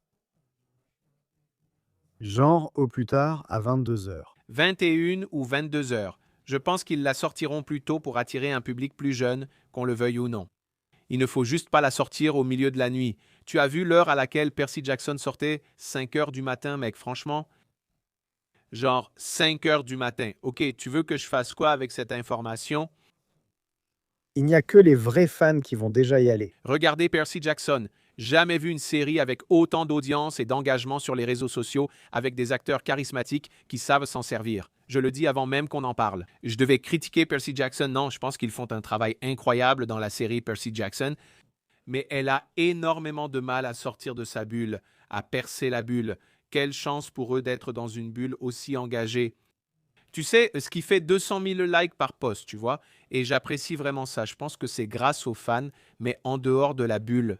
Tu ne vois personne parler de cette série, mais en même temps, elle a de l'audience. C'est fou comme les choses sont, non? Je suis sûr que le cheval aux 7 reines fait de l'audience, mais il n'attire pas le public qu'ils espéraient. Oui, c'est ça. Ouais, je ne sais pas. Je ne sais pas. Mais je ne sais pas non plus si cela reflète l'époque dans laquelle on vit. Mec, c'est comme ça. On a tout le temps. Tout ce qu'on veut. Ah, je veux voir ce que tu as. Je veux. On nous expose à tellement de choses. Quand Game of Thrones est sorti, ce n'était pas pareil, c'était une série télé. Mec, il n'y avait même pas encore de streaming. Mec, c'était une série télé, tu comprends? On parle de l'an 2000 et les gens regardèrent sur la chaîne exacte. Putain, je suis vraiment d'accord avec ton argument. Toi, Je suis d'accord, c'était une autre époque. Donc voilà, je ne sais pas si la... nous, j'y ai pensé. Oui, je ne sais pas si c'est un reflet de l'époque dans laquelle on vit. On a tout sous les yeux, on a tout, on a tout. Nous sommes d'une génération où il fallait attendre les choses. C'est pour ça qu'on aime ce truc des épisodes hebdomadaires. Et déjà, une génération plus jeune veut tout d'un coup. Mon gars, il fallait attendre, tu comprends? Internet, c'était l'Internet à bas débit. Nous, quand on finissait un film de Harry, Au cinéma, Potter sortait tous les 1 an et demi, voire 2 ans. 2 ans, tu comprends? Et c'était comme ça. Soit tu attends mon ami, soit tu attends, non, tu comprends. De nos jours, tout est sous nos yeux, tout est vraiment exposé ici, tu sais. Genre, tous les services de streaming avec des choses qui se passent, alors... Et ça ne te rend pas triste que le buzz soit si court pour ces choses? Moi, ça me rend un peu triste. Franchement, mec, Pas moi, non. Stranger Things, qui parle encore de Stranger Things aujourd'hui? C'était un phénomène culturel des 10 dernières années, mec. mais la tendance ne fait qu'empirer. Je suis vraiment triste, Raoul, parce que tu sais pourquoi? Parce qu'on vient d'une génération, on a 36 ans, et j'aime encore une série que j'ai découverte à 11 ans. Oui, exactement. Et pour moi, ce sentiment durable, c'est ce qui donne de l'importance aux choses. Oui, Et c'est quelque chose qui se construit, hein, n'est-ce pas? je crains que dans 10 ans, Stranger Things soit oublié. Tu comprends? Je ne sais pas si ce serait le cas, mais les gens oublient vite, ils abandonnent vite. Ah oui, et je ne dis pas. C'est important de souligner, on ne parle pas du fan hardcore, on parle du grand public, n'est-ce pas? Du genre bah, qui a regardé, consommé, et c'est tout, et c'est ok. On peut dire ce qu'on veut des fans de Harry Potter, d'accord? Mais c'est quelque chose que les fans de Harry Potter ont fait et font très bien. C'est cette construction de communauté sur le long terme. Ouais, mec. Par exemple, nos propres chaînes étaient des exemples de créateurs de contenu de niche, ouais, qui continuaient à produire des contenus qui faisaient des millions de vues. Mec, oui, sur un truc qui était terminé, je sais pas, il y a 5 ans, 6 ans, oui. Harry Potter est très populaire au Brésil, les films sont souvent rediffusés au cinéma, les salles sont toujours pleines, un vrai succès. Parfois, la plus grande avant-première du début d'année est la rediffusion de Harry Potter. Oui, c'est bizarre, donc ces choses-là me dérangent un peu parce que les gens me manquent. Moi qui suis passionné, j'ai connu plusieurs phases d'hyperfocalisation sur des choses que j'aimais et aime toujours. Ça m'énerve quand je vois un truc avoir un engouement énorme et puis plus personne n'en parle. Oui, c'est fou. Honnêtement, ce n'est pas quelque chose qui me... Non, c'est quelque chose qui n'a pas vraiment d'impact sur moi. À ce niveau, je pense être très égoïste. J'aime, donc je ne dépends pas de l'avis des autres, tu comprends.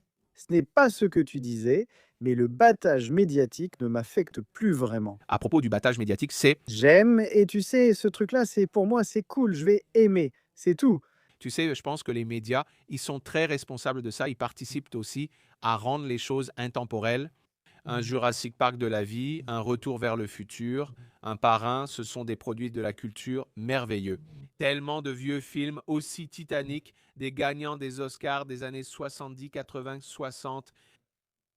Oui, oui, je pense que ça fait partie. Chaque chose va marquer une époque de la société et c'est ça. Et voilà.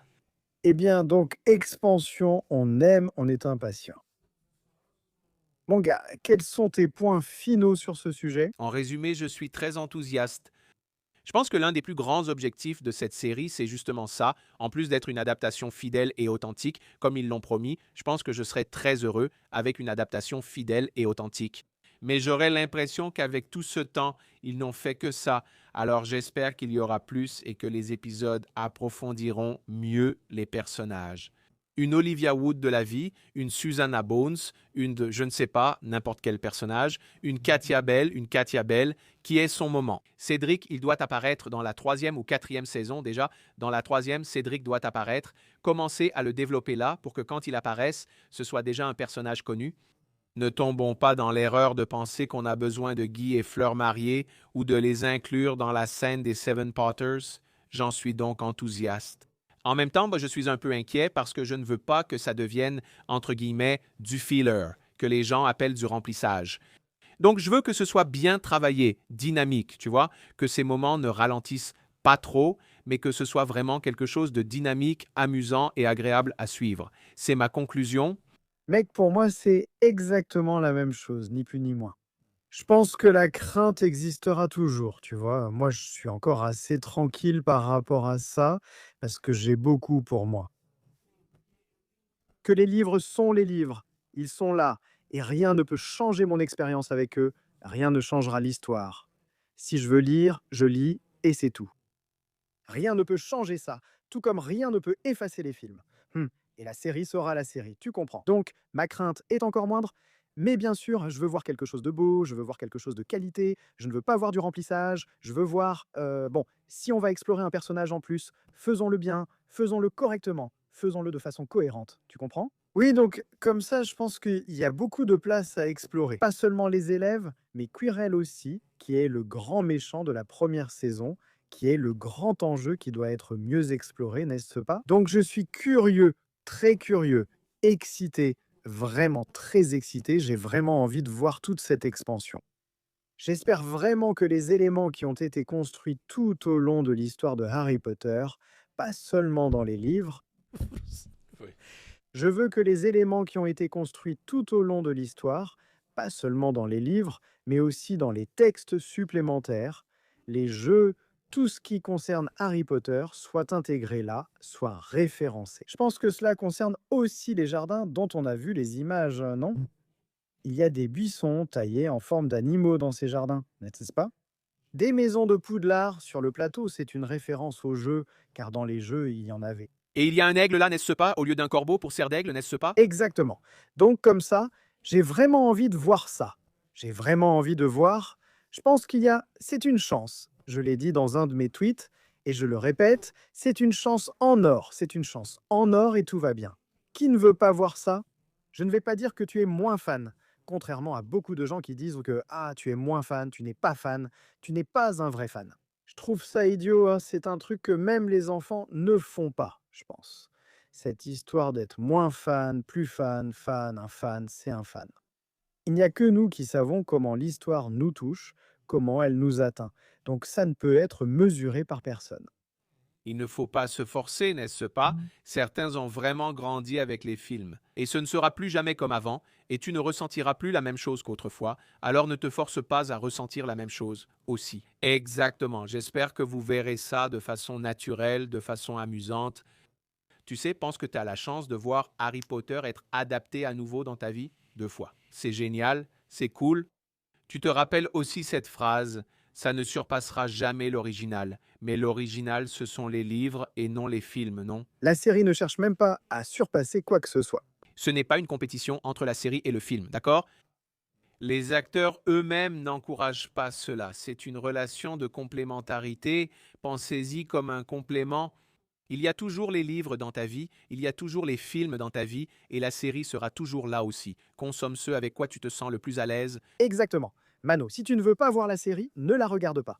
Personne n'est obligé de regarder quoi que ce soit, tu comprends. Parce qu'on ne va pas vous forcer à regarder. Ce qui est chiant, c'est que vous voulez embêter ceux qui sont heureux et qui aiment le truc. Tu vois, c'est comme un besoin d'attention, tu comprends. Je poste parfois un truc joyeux et quelqu'un répond, mais cette série, je sais pas quoi.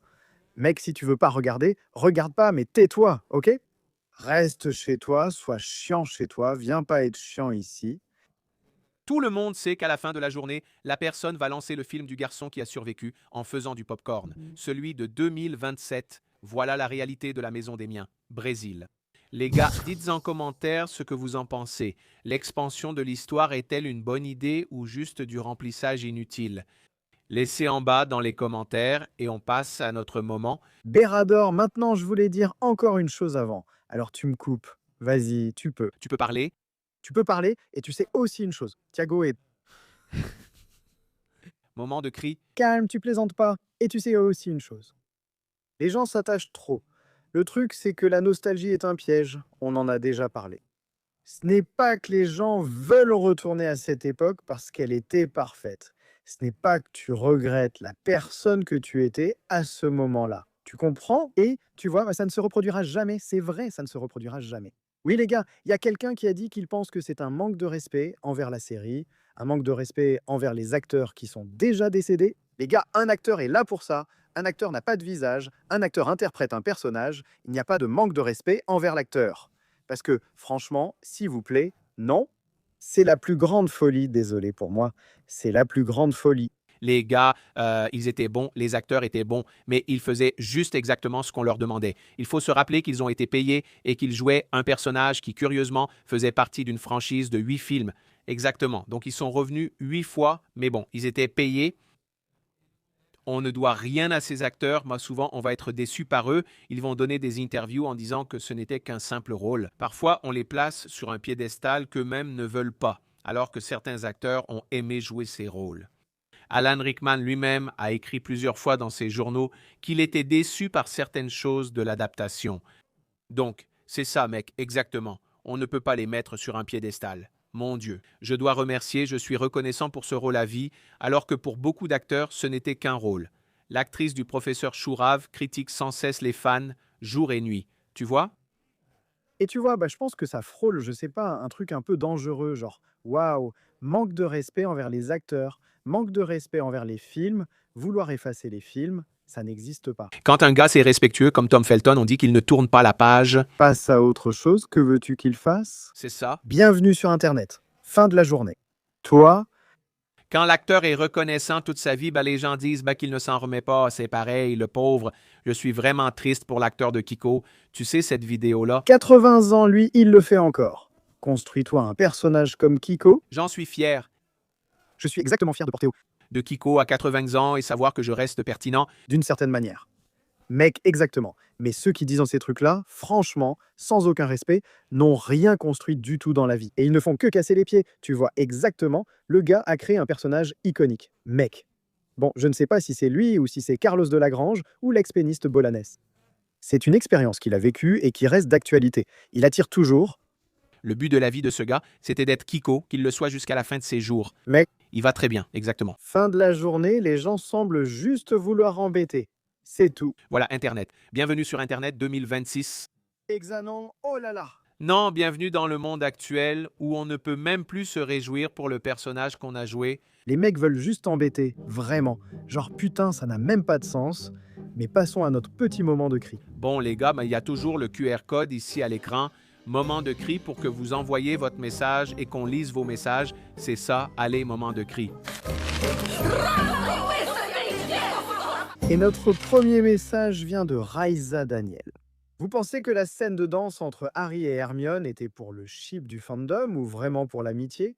Franchement, je suis absolument certain qu'il n'y a rien d'un couple là-dedans. Là, c'est une scène qui montre leur amitié et qui montre un moment fragile de la guerre. D'ailleurs, les paroles de la chanson quand on prend le temps d'écouter. Car une chanson qui parle de guerre, c'est une chanson qui parle de personnes innocentes tuées. Oui, c'est une chanson qui parle de ce moment qu'ils vivent. Alors, Harry essaie de la réconforter au moment où elle est très déprimée. Là, oui, ils ne sont pas heureux, ils forcent un moment de légèreté. Tu sais exactement. Exactement. Elle rit même un peu pendant qu'il danse, mais juste après, elle redevient sérieuse et s'éloigne. Elle, l'éclat, exact, exact. Alors c'est un peu comme trouver un petit moment de joie au milieu du chaos. Exact. C'est très beau. Cette scène est belle, mais purement amicale. Ceux qui soutiennent Harry et Hermione, une scène comme celle-ci les rend heureux. Mais Richard Lopes a dit bonjour. Pensez-vous qu'il soit possible que la série sorte le 31 octobre 2027? Ce serait une bonne idée en pensant à Harry Potter, Richard. La sortie de la série est déjà confirmée. Non, je ne veux pas, mec. Je ne veux pas, non. Dans ce cas, la date commémorative m'importe peu. Je ne sais pas si on en a déjà parlé ici, mais il a été confirmé que la série arrive début 2027 par le patron de HBO entre janvier et avril pour concourir aux 4 premiers mois? Emmy de 2027. Mais alors, Richard, j'espère qu'ils ne sortiront pas à cette date-là. Non, fou en octobre. T'es fou? Rogerio a demandé ceci. Pourquoi dans Les Animaux Fantastiques, les sorciers font-ils un parapluie avec leurs baguettes? Et dans Potter, les enfants? C'est fini? C'est ça la question. Les enfants, Il n'y a pas de suite, n'y va pas. ce sont les enfants? Et les enfants, Je pense que je sais, les enfants utilisent des parapluies à Poudlard, là-bas, lors du match de Gryffondor. Mec, c'est esthétique, c'est un choix créatif du film, ce n'est pas lié à l'histoire elle-même, tu comprends? et puis, c'était à l'époque où il faisait Les Animaux Fantastiques. Harry Potter ne savait même pas que ça allait sortir, Les Animaux Fantastiques. Donc, dans Les Animaux Fantastiques, on voit des sorciers adultes et tout, et à Poudlard, ce sont des adolescents. Ils sont là avec ces parapluies qui ont été faits plus pour être des produits à vendre par la suite que pour autre chose. Ouais, le meilleur exemple, c'est le vieux Gambon, là, dans la scène de l'orphelinat. Oui, tout le monde savait que Jude Law jouait Dumbledore. Ce n'était pas 10 années difficiles. Oh là là, le pauvre vieux João Vitor a envoyé salut, Thiago et Caco. J'adore le podcast, mon spin-off serait une série criminelle sur le quotidien des aurores. Bonsoir, ah, Très cool, j'adore cette idée. D'ailleurs, ce serait une série centrée sur le jeune Alastor Moody. l'œil que tu vois, c'est qu'il n'avait pas l'œil. Ce serait le nom de celle-ci. Non, je me moque de l'œil de... Gab, Gabi Bortolo, 20 ans. Que pensez-vous d'un spin-off sur les autres écoles de magie comme Durmstrang? Bisous, ben je vous aime, bisous, merci beaucoup pour votre affection, bisous, merci. J'aime bien l'idée, mais je pense que mec, un spin-off, c'est quelque chose dont il faut vraiment faire attention, parce que c'est très facile de se planter. Donc, en tant que fan, je trouve ça très intéressant, mais je crois que ça n'arrivera jamais. Le patron de HBO a précisé qu'aucun spin-off n'est prévu, l'attention étant sur la prochaine décennie. Dans la série, donc, cette idée qu'on voudrait avoir un spin-off pendant les saisons, on peut l'oublier complètement. Et notre dernière question ici, pour le moment criard d'aujourd'hui, vient de Nathan Batista. Il dit « Bonjour les amis ». Imaginez un spin-off d'une saison racontant un ancien tournoi des trois sorciers dans un style un peu Hunger Games où il montre les autres jeux. Encore une fois, ce serait cool. C'est une très bonne idée. Mais rien ne va sortir pour l'instant. D'ailleurs, seulement si je pense que si Netflix rachète Warner ou si Paramount rachète Warner, non. Que Paramount est revenu dans le jeu. N'est-ce pas? On pourrait donc avoir plus d'investissement pour le monde de Harry Potter au cinéma. Mais pour l'instant, l'auteur et tous les autres se concentrent sur la série télévisée. Et, sincèrement, en parlant maintenant complètement de l'extérieur, pas comme fan, en parlant comme une personne totalement rationnelle, parce qu'un fan pense avec le cœur, n'est-ce pas? Un fan, waouh, adorerait voir ça. Il n'y aurait pas de box-office, il y aurait genre zéro impact. À moins que, ouais, je ne sais pas. Je pense que ça dépend, d'accord? Parce que, par exemple, les jeux dorés vont avoir Remit. Maintenant, les jeux dorés, Mais les jeux dorés, Remy est un super personnage. mais ça suffit. Les jeux dorés est une histoire entièrement basée là-dessus. Ce sont les jeux dorés, c'est le cœur de l'histoire. Tout le monde connaît. Déjà au courant, Thornhill Tire-Bruche. C'est quelque chose qui, en gros, est là dans le 4e, ça se passe dans le 4e livre, et c'est cool, mais je ne pense pas que ça ait assez d'attrait pour un spin-off. Si un professeur très apprécié de Poudlard avait été le vainqueur de ce tournoi, Tire-Bruche, à cette époque-là, alors ça aurait du sens peut-être de faire un film ou une série parce que là, on verrait un peu la vie de ce professeur. En plus du tournoi, non. Donc là, on pourrait réunir les deux choses, mais c'est ça. C'était la dernière question de l'épisode. C'est ça, je trouve l'idée sympa, j'aimerais voir ça, mais je ne pense pas que ça arrivera. Et ma phrase pour conclure cet épisode bien rempli, puisque nous avons parlé de romantisation, c'est que les gens ont beaucoup cette vision que, juste parce qu'un personnage est mauvais, il ne peut pas montrer ses souffrances. Je vais citer Albus Dumbledore ici. Souffrir est aussi humain que de respirer. C'est tout, merci, d'accord. Encore une session réservée, les gars. Laissez votre like, votre pouce bleu, et voilà, on se retrouve au prochain épisode. On est ensemble. Merci.